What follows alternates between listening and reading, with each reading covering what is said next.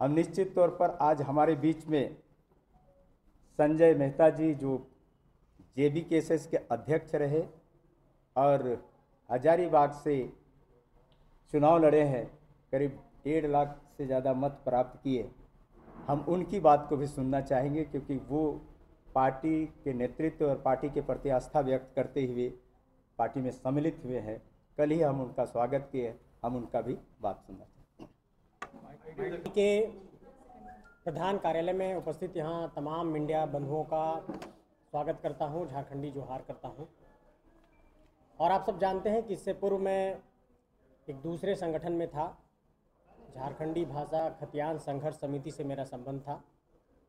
और वह संगठन जब राजनीतिक दल का स्वरूप नहीं प्रदान हुआ था उसको, उसी दौरान मैंने हजारीबाग लोकसभा से चुनाव लड़ा था और लगभग 1,58,000 मत मिले थे।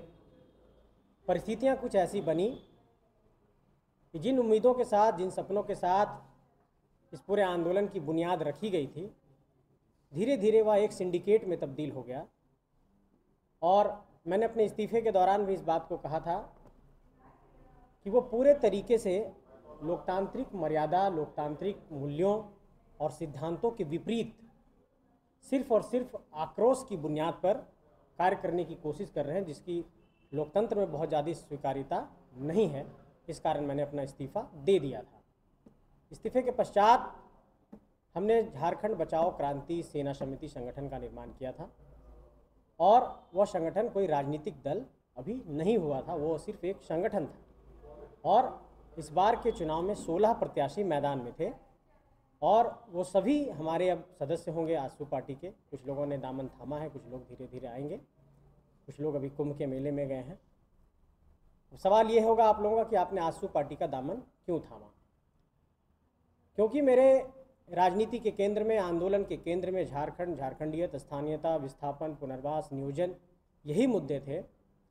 और झारखंड निर्माण की परिकल्पना को पूर्ण करने में, उसको मूर्त रूप देने में, उसको साकार करने में आजसू पार्टी की एक महत्वपूर्ण भूमिका रही है।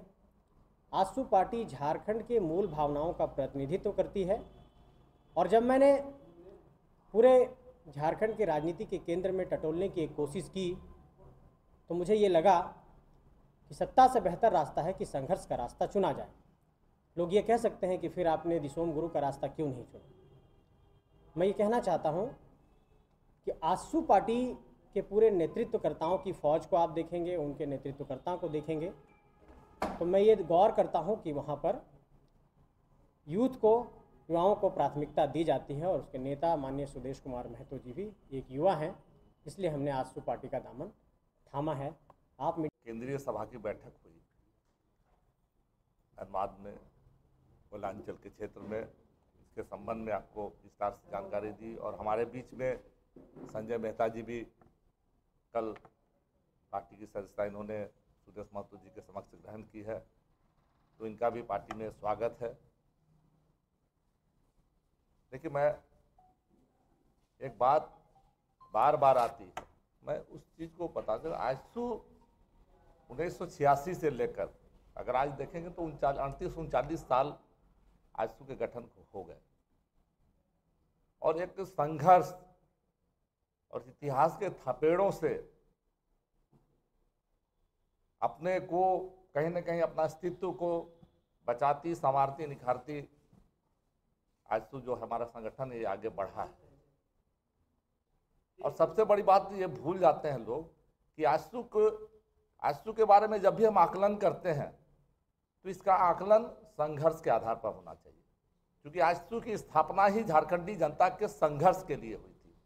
और झारखंड आंदोलन में एकमात्र आजसू ऐसा संगठन रहा जिसने चुनावी राजनीति आंदोलन रहते नहीं की। आजसू ने नो झारखंड नो इलेक्शन का नारा दिया, चुनाव नहीं तो झारखंड नहीं तो चुनाव नहीं।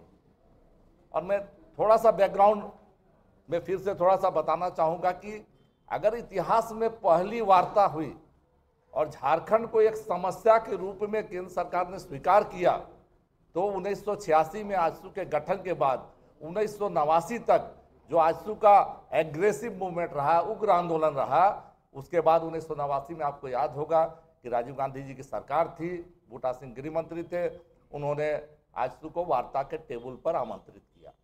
तो इतिहास की और सबसे पहली बार केंद्र सरकार ने झारखंड को एक समस्या के रूप में स्वीकार किया। इसके पहले 63 में जयपाल सिंह जी भी ने उसके पहले काफ़ी अच्छा आंदोलन चलाया। उस आंदोलन को भी हम अपना एक अनुकरणीय मानते हैं और उससे प्रेरणा लेते हैं। लेकिन कांग्रेस ने 1963 में जयपाल सिंह को मंत्रिमंडल में शामिल किया और कहने के आंदोलन को भटकाने का काम किया। 1993 में भी फिर से कांग्रेस ने यह खेल किया और जो गुरुजी शिबू सोरेन ने जो एक बड़ा आंदोलन आगे बढ़ाया और उसके आधार पर सांसद विधायक भी उनके चुनकर आए। लेकिन 93 में नरसिंह राव की सरकार को बचाने के लिए झामुमो का समर्थन ले लिया, लेकिन अलग राज्य नहीं दिया। दो ऐतिहासिक मौके थे 1963 में और 1993 में जब अलग राज्य बन सकता था, नहीं बना और कांग्रेस के कारण नहीं बना।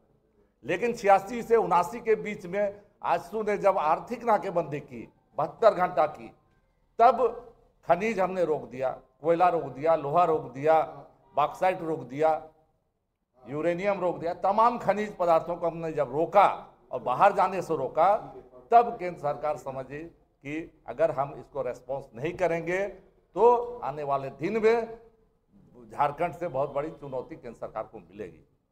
और 1989 में जब आजसू के साथ वार्ता हुई, हमने प्रपोज किया कि कुछ गुरुजी और अन्य आंदोलनकारियों को भी वार्ता के टेबल पर बुलाया जाए। इसके बाद केंद्र सरकार ने कमेटी ऑन झारखंड मैटर्स बनाई, झारखंड विषयक समिति।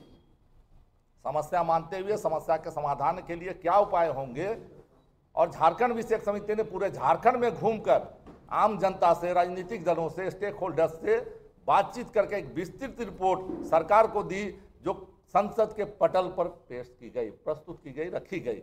ये बहुत बड़ी सफलता थी आजसू के आंदोलन की।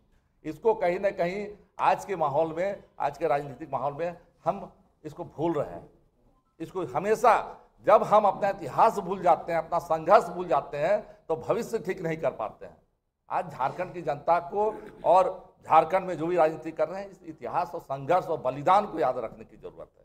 और कमिटी ऑन झारखंड मैटर्स ने 3 सुझाव दिए थे, या तो अलग राज्य बनाया जाए, या केंद्र शासित प्रदेश बनाया जाए, या ऑटोनोमस काउंसिल बनाया जाए।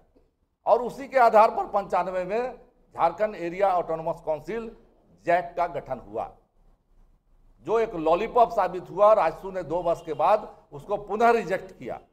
1997-98 आते आते हमने जैक को रिजेक्ट कर दिया। लालू यादव जी मुख्यमंत्री थे, लालू यादव जी को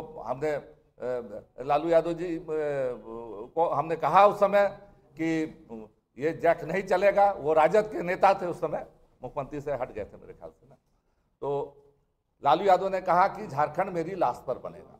ये बहुत ऐतिहासिक वक्तव्य था, जिसके खिलाफ 21 सितंबर 1998 को आजसू ने पूरे झारखंड बंद का आह्वान किया। और झारखंड बंद स्वतः स्फूर्त हमारे कार्यकर्ताओं और अन्य दलों के को भी हमने आह्वान किया। दल तो नहीं आए, लेकिन दलों के कार्यकर्ता आए और आजसू के नेतृत्व में पूरा झारखंड बंद हुआ। और ऐसा बंद हुआ कि फिर से कहीं न कहीं केंद्र में बैठी सरकार को यह सोचने पर मजबूर होना पड़ा। उसके बाद आडवाणी जी के साथ हम लोगों के 5 लोग, मैं था, सुदेश महतो, कमल किशोर भगत, हसन अंसारी और ललित महतो, हम लोग की बातचीत हुई। और बातचीत के आधार पर रांची के हवाई अड्डा पर 13 सितंबर 1998 को 13 सितंबर 1999 को आडवाणी जी के साथ हम लोग की प्रेस कॉन्फ्रेंस हुई।